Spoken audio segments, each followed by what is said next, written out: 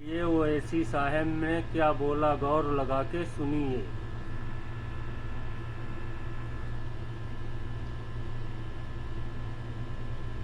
तो इसका मतलब ये है कि आप जितने 200 साल 100 साल पुरानी मस्जिद दरगाह है उसको आप लोग गवर्नमेंट प्रॉपर्टी कहकर मुझसे छीन लेंगे, तो फिर बचेगा क्या? और आप कह रहे हैं कि डॉक्यूमेंटेशन लेकर आओ। अब पार्लियामेंट के करीब सुनहरी बाग की मस्जिद है जहां पर हमारे देश के मुजाहिदीन आजादी नमाज पढ़ते थे, तो उनकी रूहों को बुलाकर बोलना पड़ेगा क्या कि ये वक्फ की प्रॉपर्टी है? तीसरा, सरकार ये कह रही है कि वक्फ और औलाद नहीं होगा। कैसे नहीं होगा भाई? जब मैं गिफ्ट कर सकता हूं अपनी औलाद को प्रॉपर्टी, जब एक हमारे नॉन मुस्लिम भाई विल पावर के जरिए अपनी पूरी प्रॉपर्टी अपनी औलाद को दे सकते हैं, मुसलमान 1/3 से बढ़ के नहीं दे सकता है। कोई भी अपनी प्राइवेट प्रॉपर्टी का डिस्पोज करे, सरकार को क्या करना है? पांचवी बात यह है कि वक्फ प्रॉपर्टी एक पब्लिक प्रॉपर्टी नहीं है, प्राइवेट प्रॉपर्टी है। जब प्राइवेट प्रॉपर्टी है तो सरकार कैसे बोलेगी कि एक मुसलमान को 5 साल से मुसलमान रहना पड़ेगा? आप कौन होते हैं मेरा रिलीजन डिसाइड करने वाले? अगर जिस दिन कोई भाई अभी सुनते रहे आप, इसको लास्ट तक देखिए, लास्ट तक देखिए। मुसलमान हो गया तो ये फ्रीडम ऑफ रिलीजन के खिलाफ नहीं है।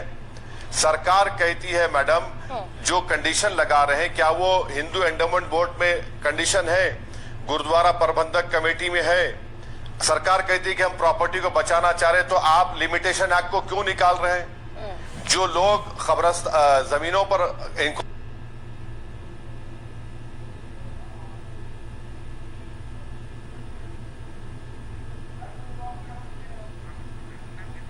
ओवैसी साहब, हाँ 3C और सेक्शन 4 को पढ़ ले, देख लीजिए, उसके बाद आपको पता चल जाएगा कि सरकार की नीयत क्या है और क्या करना चाह रही है। सर आपने ओवैसी साहब आपने वे ऑफ यूज की बात की कि वे ऑफ यूज को सरकार ने हटा दिया इस अमेंडमेंट बिल को लाकर, लेकिन इस वे ऑफ यूज के तहत कोई भी प्रॉपर्टी वक्फ बोर्ड के पास जा सकती है।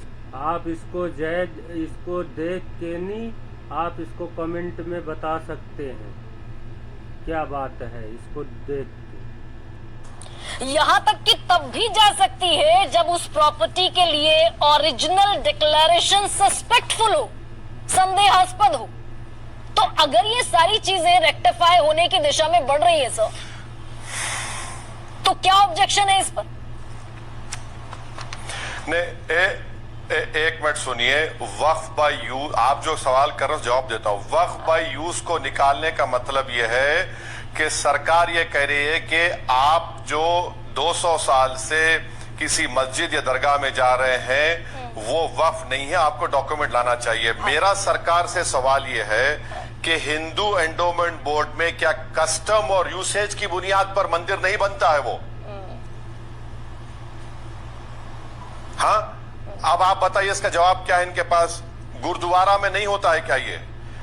और आप हमारे वक्फ बोर्ड में मुसलमानों के जो प्रॉपर्टी मुसलमानों की प्राइवेट तरीके से आई, आप वहां पर नॉन मुस्लिम को ला रहे हैं। तो 4 धाम बोर्ड में ये कहता है कि हिंदू होगा मेंबर, और हिंदू जैन नहीं हो सकता, हिंदू बौद्ध नहीं हो सकता, हिंदू सिख नहीं हो सकता। तो सर तो यहाँ कैसे ला रहे हैं भैया? आपका जो एतराज है सर ओवैसी साहब, ये जो एतराज है, क्या ये मात्र यहीं तक महदूद मानूं ना मैं कि इन्होंने बोर्ड के मेंबर नॉन मुस्लिम करने की जो बात की सरकार ने, सेंट्रल वक्फ काउंसिल में जो 3 सांसद होते हैं वो नॉन मुस्लिम हो सकते हैं या नहीं हो सकते, इसको स्पेसिफाई नहीं किया। यानी कि एतराज आपका यहीं तक महदूद है कि non Muslim should not be there in the Waqf board either on the state level और ऑन द सेंट्रल लेवल।